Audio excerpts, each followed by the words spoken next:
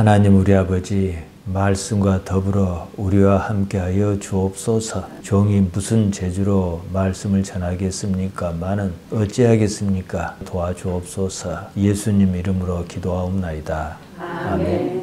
다음 주면은 우리 교회가 34년입니다. 다음 주 월요일이 그렇거든요. 저도 거의 비슷한 시기에 왔기 때문에 그 세월만큼 이 강단을 지켰습니다. 여러분이 아시겠습니다만은 저는 우리 교회에서 목회하면서 단 한 번도 헌금을 강요한 적이 없습니다. 감사하게도 여러분은 이 단계를 뛰어넘었습니다. 이것은 결코 쉬운 일이 아닙니다. 믿음 있는 사람치고 헌금하지 않는 사람은 없습니다.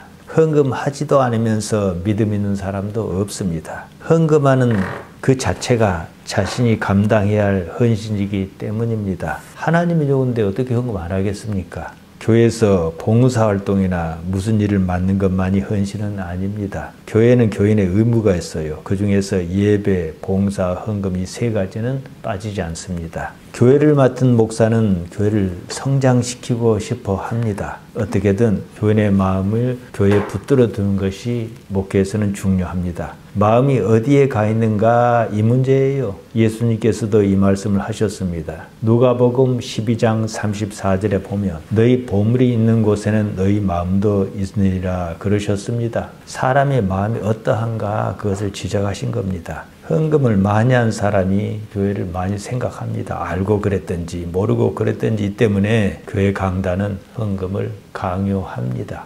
오래전이었습니다. 우리 조카아이가 서울에 있는 아주 큰 교회 전산실에 근무한 적이 있습니다. 전산실이라는 데는 교인에 관한 자료가 다 모이는 데입니다. 누가 얼마를 헌금했고 이런 것이 다 있습니다. 조카아이가 저에게 이런 말을 하더라고요. 교인이 교회를 떠나겠다 하면 일단 교인을 설득한답니다. 그래도 떠나겠다 하면 그동안 헌금을 얼마나 했는지 자료를 쫙 뽑아서 보여준답니다. 자기가 생각했던 것보다 훨씬 많은 금액을 헌금했다는 사실에 다들 놀란답니다. 그것을 보고는 되게 마음을 돌린다 이런 말을 했습니다. 그것도 목회하는 방법일 수 있습니다.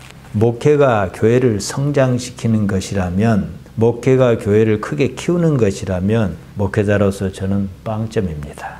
헌금을 하라는 말을 하지 않는데 어떻게 헌금을 잘할 수 있으며, 헌금을 잘 하지 않는데 어떻게 교인의 마음이 교회가 있겠습니까? 교회에서 헌신, 헌금과 봉사는 심리적으로 이런 효과가 분명히 있습니다. 헌신 없이 믿음이 성장하기 어려운 것 또한 사실입니다. 우리 교회 같은 데는 여러 가지 여건상 교인 수도 적고 하다 보니까 이런 점에서 상당히 취약합니다. 어려운 환경이지요. 보통 교회가 다 그럽니다. 교회의 성장과 교인의 성장을 위한 강요, 즉 믿음의 강요가 필요합니다. 믿음의 강요 없이 신앙이 성장하는 경우는 참으로 드뭅니다. 우리 교회가 그 상황 아니었습니까? 감사하게도 여러분은 그걸 극복했지요.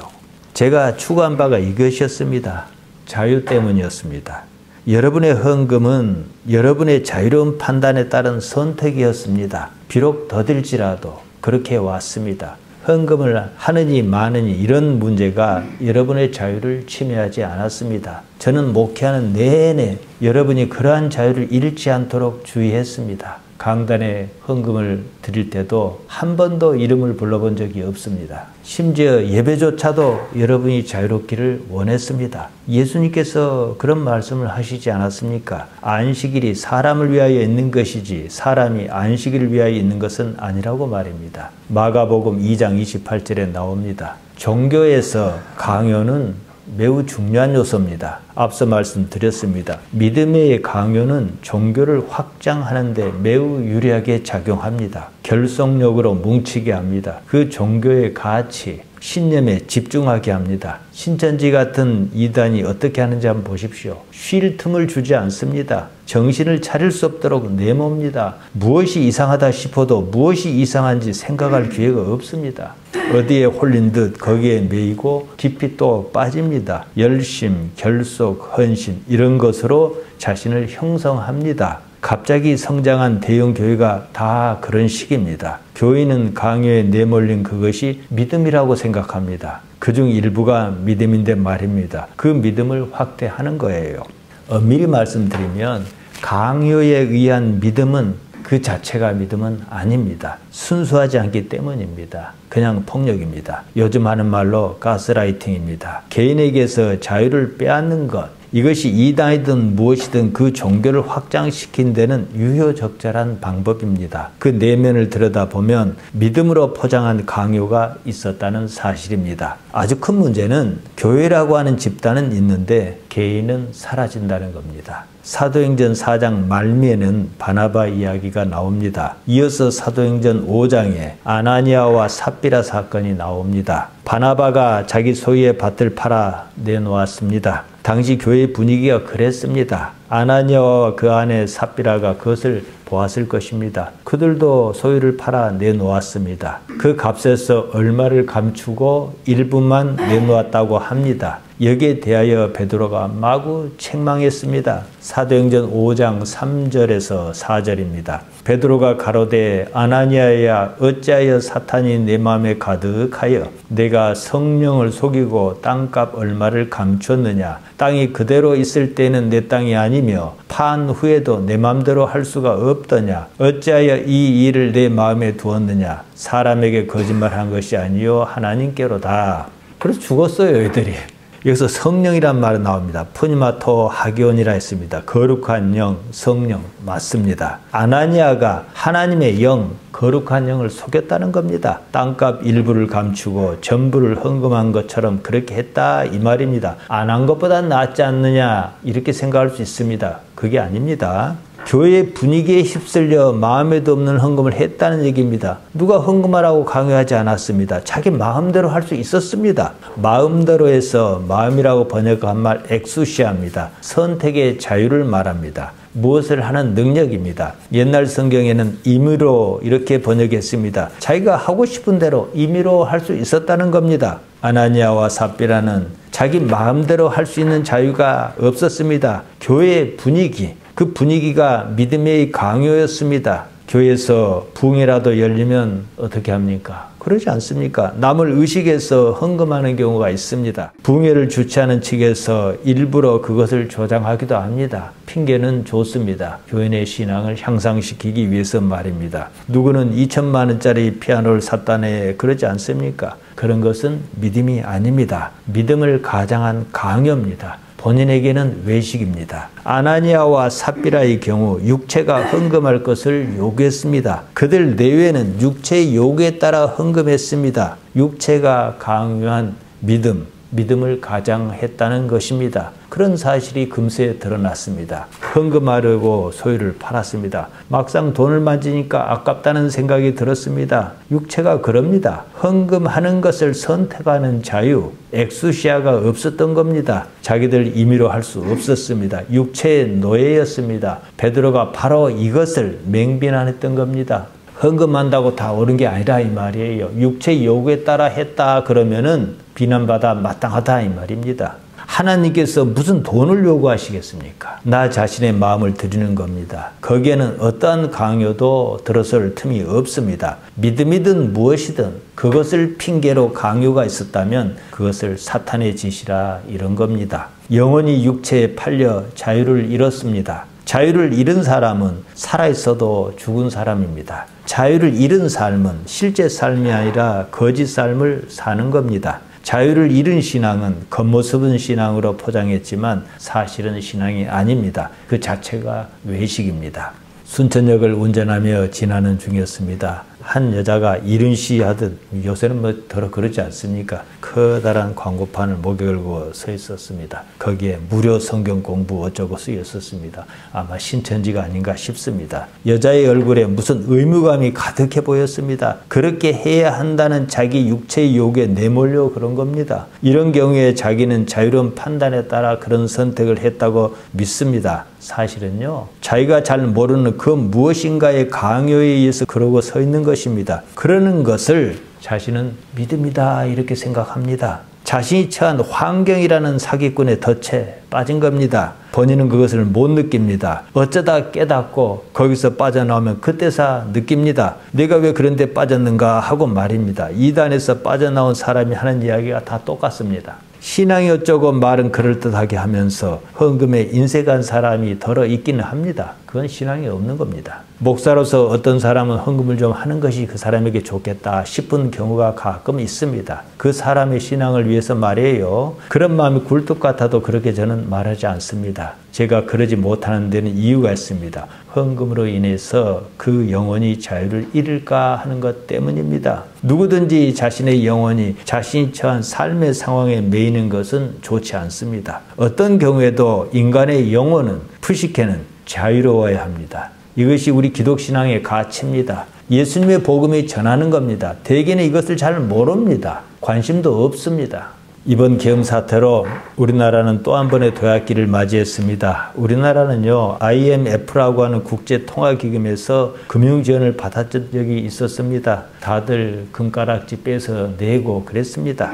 그때 우리나라는 경제 체제를 개선하고 도약해서 선진국에 진입했습니다. 일본이 우리나라보다 못 삽니다. 이번에는 교회가 제 자리를 잡아야 할 차례입니다. 여기에 거스르는 무리가 있습니다. 그들의 영혼은 무엇인가 단단히 붙들려 있습니다. 애국도 아니고 보수도 아니고 민주주의도 아닙니다. 다른 무엇입니다. 이 일을 주도하는 사람이 있습니다. 정광훈 같은 사람입니다. 그런 사람은 헌법재판소가 대통령의 탄핵을 기각하리라고 생각하지도 않습니다. 대통령이 업무에 복귀하리라고 믿지도 않습니다. 생각하지도 않고 믿지도 않고 바라지 않는 것을 마치 그런 것처럼 말합니다. 지금 벌어진 이 일이 회중을 후리기에 아주 좋은 기회인 겁니다. 지금과 같은 상황이 있어야 이들은 먹고 살아요. 금전적 이득이든 자기 존재감이든 그런 무엇을 노리고 광화문에서 그 난리를 벌이는 거예요. 간단히 봅시다. 이번 계엄 사태의 탄핵으로 누가 주목을 받습니까? 전 국민이 다 아는 사람이 됐어요.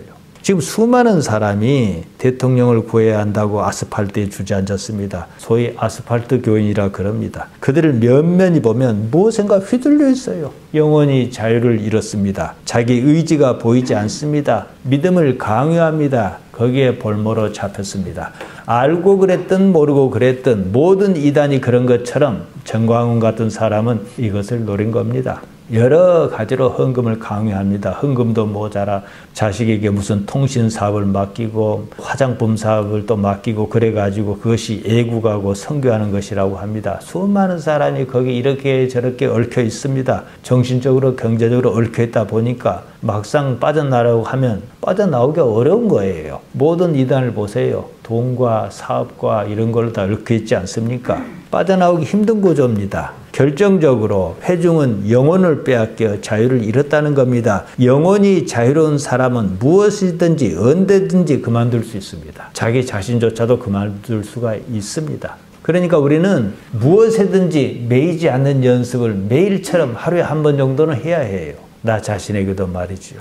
믿음의 강요가 그런 일이 가능하게 했습니다. 믿음이고 무엇이고 다 떠나 어떤 경우든 영혼이 자유를 잃으면 그냥 거기서 다 끝나는 일입니다. 영혼을 얽매는 그 어떤 것도 경계해야 합니다. 모든 이단이 다 그렇습니다. 특히 한국 기독교는 여기에 매우 취약합니다. 지난 시간에 진리와 자유, 알레데이아와 엘류데리아를 말씀드렸습니다. 사실과 자유입니다.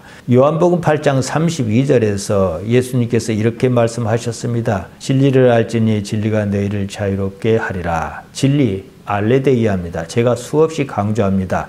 알레데이아는 단순한 사실을 가리킵니다. 우리가 가진 성경은 헬라 말을 한국말로 번역한 번역 성경입니다. 우리 성경에는 알레데이아를 진리라고 번역했습니다. 알레데이아는 사실을 가리킵니다. 사실이란 말은 실제로 있었던 일이나 현재 있는 일을 말합니다. 무엇이 참이냐 이거예요. 우리가 진리라는 말을 어떻게 이해합니까? 무슨 이치나 도리로 이해하지 않습니까? 종교적 용어로 생각합니다. 여기서 관념이 작동합니다. 관념은 의식 가운데 생각이 굳은 겁니다. 자기가 살아온 삶의 환경에서 어찌하여 형성한 개념입니다. 사실이 아닙니다. 예수님께서는 사실을 알아차려라 그러셨습니다. 사실을 기노스코 알아차리면 바로 그 사실이 자유를 준다 이 말씀을 하신 거예요. 자유롭게 하는 주체가 뭐냐? 알레데이아, 사실이라는 겁니다.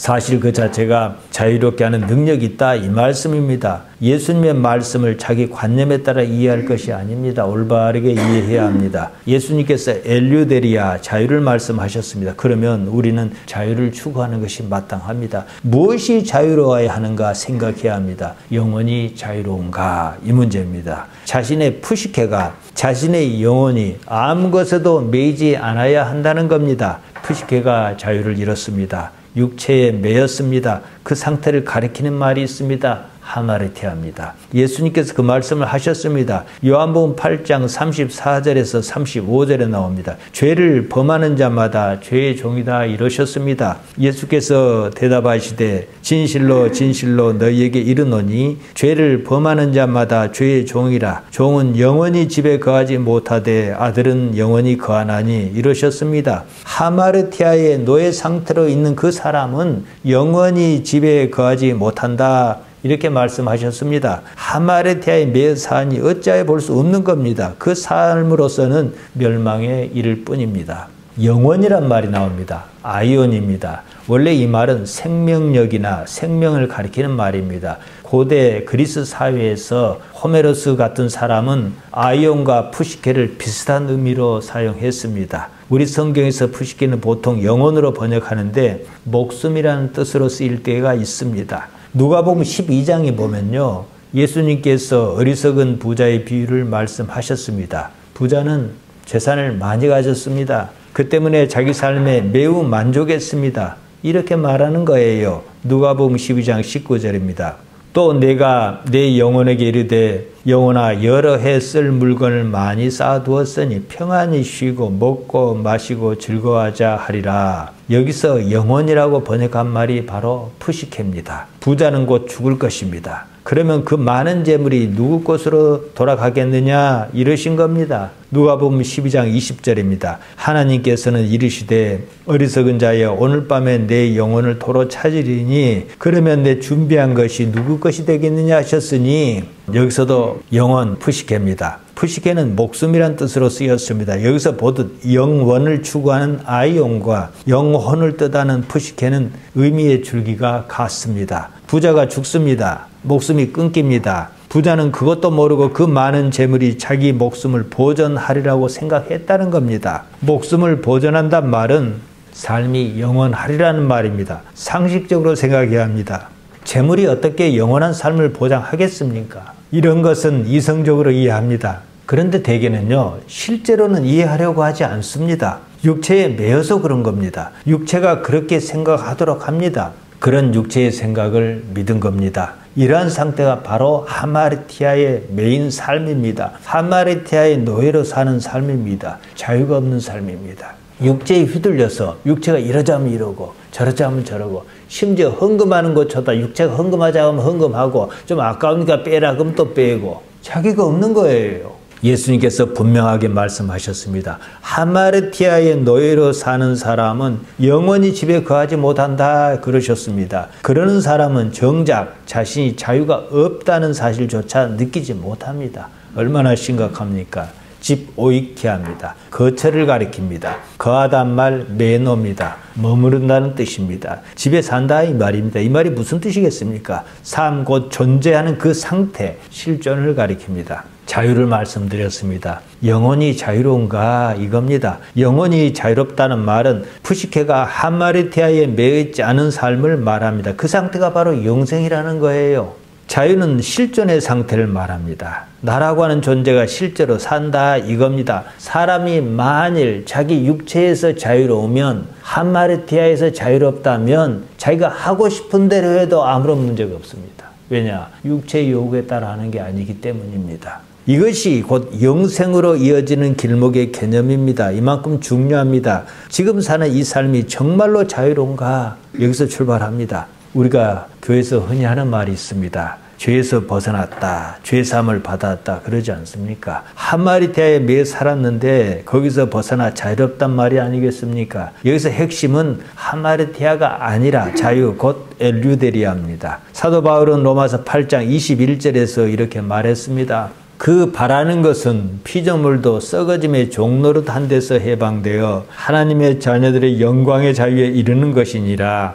지금까지 제가 말씀드린 것을 한 번에 정리하는 것입니다. 조금씩 다르게 말하지만 결국 같은 말입니다. 이처럼 종교의 개념은 원래 단순합니다. 다들 잘 이해하지 못하니까 이런 말 저런 말이 많은 거예요. 결국 무엇을 말하는 것인가 여기에 대한 이해가 있어야 합니다. 쉽게 이해하지 못하니까 깨달음이란 말을 쓰는 거예요. 예수님께서는 하마리테아에 대해서 이렇게 말씀하셨습니다. 요한복음 16장 9절입니다. 죄에 대하여라면 페리 하마르티아스 그들이 나를 믿지 아니하며 이렇게 말문을 여셨습니다. 그들이 나를 믿지 않는 것이 하마리테아다 이러신 거예요. 그러면 예수님을 믿지 않는다는 말이 무엇인가 이것부터 이해해야 하지 않겠습니까? 예수님을 믿지 않으면 하마리테아 상황에서 벗어나기 힘들다 이 말씀이에요. 그러니까 예수님을 믿는다는 말이 뭡니까? 하마리테아에서 빠져나온 방법이라는 겁니다. 자유를 얻는 거지요. 그러면 예수님을 믿는다는 것이 무슨 말인가 이것을 이해해야 합니다. 일단 모든 종교적 관점을 배제하고 원점에서 말입니다. 예수님을 믿는다는 말은 쉽게 말해서 예수님의 생각을 믿는다는 겁니다. 나사렛 예수님께서 무슨 생각으로 이 세상을 사셨는가? 그렇게 사신 그 삶의 십자가는 또 무엇이라는 말인가? 여기에 대한 명확한 이해가 필요합니다. 이 때문에 종교적 관념, 신학적 이해 이런 것을 다 내려놓고 원점에서 이해하려고 해야 한다는 말씀입니다. 그렇지 않으면 예수님께서 지셨던 그 십자가는 어디로 가버리고 자기가 생각한 십자가만 남습니다. 지금 기독교가 이런 상황에 빠져 있습니다. 지금 기독교는요, 대부분이 예수님께서 지셨던 십자가를 생각하지 않아요. 자기가 생각한 십자가를 생각한다는 거예요. 같아 보이지만 다릅니다. 그러니까 어쩝니까? 예수님만 십자가를 지시라 그러지 않습니까? 나는 그 독 좀 보자 이러고 있습니다. 제가 누차 강조합니다. 각자의 십자가는 각자 지는 겁니다. 마가복음 8장 34절에서 예수님께서 그것을 말씀하셨습니다. 바로 그 때문에 예수님께서는 당신께서 지셔야 할 몫으로 당신의 십자가를 지셨습니다. 우리가 갈라디아서를 봅니다. 오늘이 이제 마지막 시간입니다. 바울의 신학에서 가장 중요한 이해는요, 십자가입니다. 바울이 십자가를 어떻게 이해했냐는 겁니다. 이렇게 말합니다. 10절이에요. 그러나 내게는 우리 주 예수 그리스도의 십자가 외에 결코 자랑할 것이 없으니 그리스도로 말미암아 세상이 나를 대하여 십자가에 못 박히고 내가 또한 세상에 대하여 그러하니라. 대개는 이 말조차도 자기식으로 자기 관념에 따라 이해합니다. 앞서 우리가 갈라디아서 네 번째 시간에 보았습니다. 갈라디아서 2장 20절에는 이렇게 나옵니다. 내가 그리스도와 함께 십자가에 못 박혔나니 그런즉 이제는 내가 사는 것이 아니요 오직 내 안에 그리스도께서 사신 것이라. 이제 내가 육체 가운데 사는 것은 나를 사랑하사 나를 위하여 자기 자신을 버리신 하나님의 아들을 믿는 믿음 안에 사는 것이라. 바울 자신에게 십자가는 무엇인가? 이것을 이해해야 합니다. 자기를 지키려고 하지 말아라 이겁니다. 하나님 때문에 말입니다. 바울은 이 비밀을 깨달았습니다. 그래서 하는 말입니다. 12절에서 보면 육체의 모양을 내려 하는 자라 그랬습니다. 모양을 내다 유프로소페오입니다. 보기에 좋게 하다는 뜻입니다. 다른 말로 하면 거칠이에요. 외식입니다. 예수님께서 외식을 얼마나 나쁘게 보셨는지 모릅니다. 그럼에도 교회에서는 외식이 판체입니다. 육체의 욕에 따른 겁니다. 이른바 영적 신앙이 아니라 육체적 신앙이라는 겁니다. 육체의 모양을 내려 하는 자, 델루신 유프로소페사이엔 사르키, 사르크스가 좋게 보이려고 하는 자, 살덩이가 남에게 어떻게 보이는가 단지 그것에 골몰하는 자, 외식이 삶의 목적인 자, 교회 다니면서 하나님을 섬긴다는 것조차도 실상은 외식하려는 자, 이렇습니다. 예수님을 믿는다면서도 그런다는 거예요. 기독신앙을 외식의 수단으로 삼았다는 말입니다. 13절에서 보듯 할례든 무엇이든 육체로 자랑하게 하려는 것이다 그랬습니다. 그들은 단지 복음의 핍박을 피하기 위하여 갈라디아 교회 성도에게 할례를 받도록 강요했습니다. 자신 스스로는 율법을 지키려고 하지 않으면서 할례만 강조했습니다. 할례 받는 것으로 모든 것을 퉁치려 했습니다. 여기서 육체는 사르크스입니다. 자랑하다, 카우카우마입니다. 자랑하다, 뽐내다, 자랑삼아 말하다. 대개는 이처럼 나쁜 뜻으로 쓰였습니다. 종교가 내면 세계 내지는 어떤 초월 가치를 완성하려는 것이 아니라 단지 육체를 내세우는 용도였다는 겁니다. 외식입니다. 육체는요, 죽고 마는 거예요. 한시적으로 필요한 겁니다. 영혼의 세계에서 육체는 아무런 의미가 없습니다. 오히려 영혼의 세계를 알지 못하게 하는 회방꾼입니다. 기독신앙이 무슨 아스팔트 바닥에 들어눕는 것이며 법원 건물에 쳐들어가 기물을 부수고 그러는 것이냐는 말입니다. 원수조차도 사랑하라는 것이 예수님의 말씀입니다. 마태복음 5장 43절에 나옵니다. 사랑은커녕 증오가 불타는 그런 게 무슨 신앙입니까? 우리는 지금 바울이 쓴 갈라디아서를 보고 있습니다. 바울도 예수님처럼 로마서에서 똑같은 말을 했습니다. 로마서 12장 19절에서 20절입니다. 내 사랑하는 자들아, 네가 친히 원수를 갚지 말고 하나님의 진노하심에 맡기라. 기록되었으되 원수 갚는 것이 내게 있으니 내가 갚으리라고 주께서 말씀하시니라. 내 원수가 줄이거든 먹이고 목마르거든 마시게 하라. 그러함으로 내가 숯불을 그 머리에 쌓아 놓으리라. 여기서 핵심 뭡니까? 하나님께서 어찌 하시는 것을 보겠느냐, 이것이에요. 우리 기독신앙의 원리가 이겁니다. 원수를 사랑하는 것 자체가 목적도 아닙니다. 그렇게 함으로써 무엇을 보겠느냐는 겁니다. 하나님을 보고자 함이 아닙니까? 하여 이어진 로마서 12장 21절에서는 이렇게 말합니다. 악에게 지지 말고 선으로 악을 이기라. 오늘날 기독교는 참으로 악합니다.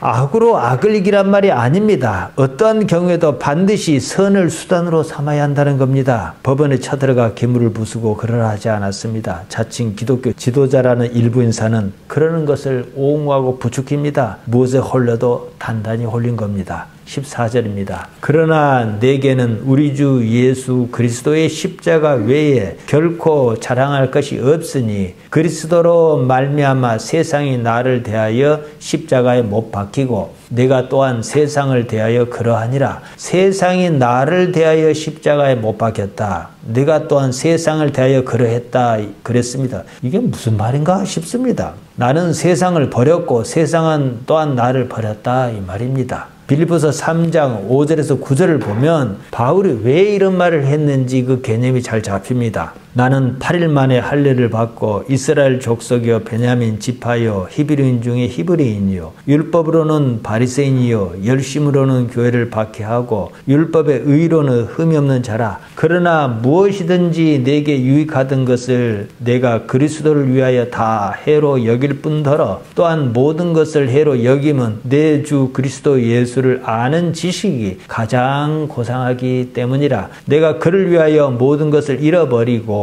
배설물로 여김은 그리스도를 얻고 그 안에서 발견되려 함이니 내가 가진 의의는 율법에서 난 것이 아니요 오직 그리스도를 믿음으로 말미암은 것이니 곧 믿음으로 하나님께로부터 난 의라. 이렇게 말했습니다. 바울은요, 그 시대 사람으로서는 다 갖춘 사람이었습니다. 그런 사람이 그리스도로 말미암아 세상도 나도 서로 버렸다 그랬습니다. 그로써 얻고자 하는 것이 무엇이었겠는가, 이 말입니다. 하나님 아니겠습니까? 우리가 왜 이 자리에 있습니까? 하나님을 얻고자 함입니다.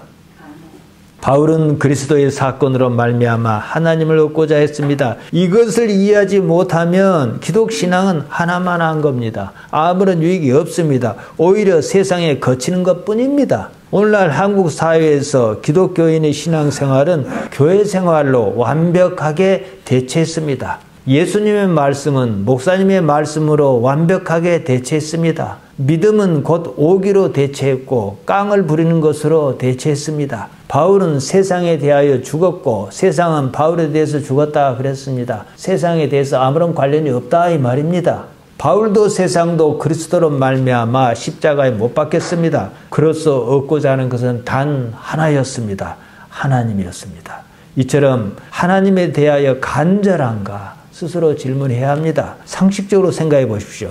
내가 펄펄 살아있는데 하나님께서 어떻게 나타나시겠습니까? 그때는 하나님께서 나타나셔도 세상이 모릅니다. 자기가 다 잘나서 그런 것으로 아는데 말입니다. 예수님께서 말씀하셨습니다. 병든 자에게라 의원이 있을 때 있다 그러셨습니다. 마태복음 9장 12절에 나옵니다. 병든 사람이 자기가 병든 줄도 모르는데 의원이 무슨 필요가 있겠습니까? 자기 자신을 알아야 하는 거지요.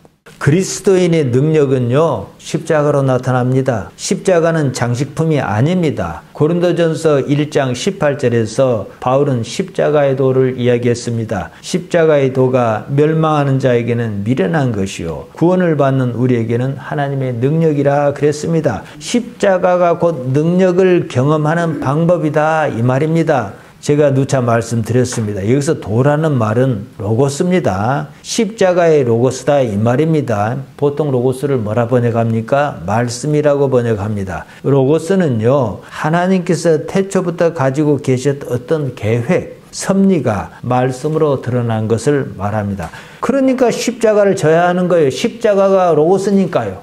나는 없어야 한다, 이 말씀입니다. 내가 사라져야 하나님께서 무슨 계획을 하고 계시는지가 드러난다는 거예요. 그래야 말씀이, 로고스가 내가 사는 이 삶에서 나타납니다. 나사렛 예수님께 십자가가 무엇이었는가? 이제 여러분이 이것을 이해하실 수 있을 겁니다. 나 없음이었습니다. 그로써 하나님께서 나타나시는 것을 얻고자 했습니다. 십자가로서 나사렛 예수님은 그리스도였습니다. 나 없음은 나의 소멸을 의미하지 않습니다. 나를 둘러싼 거짓의 나, 육체의 소멸을 뜻합니다. 육체가 사라져야 온전한 나의 모습이 드러납니다. 이때 비로소 우리는 하나님을 만난다, 이런 말이 가능합니다. 하나님을 아버지로 알았다면 나 자신을 내려놓는 것이 맞습니다. 처음부터 그러기는 어려울 수 있습니다. 천리길도 한 걸음부터라고 합니다. 할 수만 있거든 해보는 겁니다. 그러면서 무슨 경험이 쌓일 겁니다. 그 경험을 토대로 하나님을 더욱 분명하게 알아차릴 수 있습니다. 그제서야 영원한 세계에 대한 그림이 조금씩 그려집니다. 그 능력으로 이 세상을 사는 거예요. 나를 포기하지 않고서는 나의 현실 세계에서 하나님을 경험할 방법은 없습니다. 하나님을 이 현실 세계에서 아는 것, 이것이 바로 하나님의 나라 바실레이아 투 데우입니다. 하나님을 나의 삶에서 어떻게 경험하느냐, 우리 기독신앙은 이 문제입니다. 내가 없어지면 하마르티아가 힘쓰지 못합니다. 그때 나는 육체와 함께 죽었습니다. 그럼에도 여전히 살아있는 자신을 경험합니다. 그가 바로 하나님을 마주하는 나, 진실의 나입니다. 육체에서 벗어난 자유로운 영혼을 가진 나입니다. 영혼 곧 아이온으로 이어지는 푸시케의 나입니다. 하루에 한 번씩은 자기를 비워내 보기 바랍니다. 한 번씩은 자기를 버리고 자기에게서 떠나 있는 것을 연습해야 합니다. 다 내려놓을 수 있어야 해요. 우리가 인생을 살면서 한 번씩은 그런 경험이 있습니다. 실제로 말입니다. 그때 나를 다 내려놨을 때, 아, 나는 죽었구나 했을 때 우리가 무엇을 얻었습니까? 진실한 나 자신이었습니다. 거짓 없는 나 자신이었습니다. 그러니까 매일처럼 모든 문제도 내려놓고 나의 요구도 내려놓고 나 자신도 내려놓고 무엇이 남는가를 한번 해보시기 바랍니다. 아주 잠시라도 자기에게서 벗어나는 노력을 하는 거예요. 나 없음을 실현하는 방법입니다. 그로써 하나님 아버지를 이 현실 세계에서 경험치로 쌓아가시기를 바랍니다. 하나님 우리 아버지, 우리를 붙들어 주셨습니다. 여기까지 이끌어 오셨습니다. 영원으로 이어지도록 아무런 문제가 없도록 이 세상 삶을 지켜 주옵소서. 예수님 이름으로 기도하옵나이다. 아멘.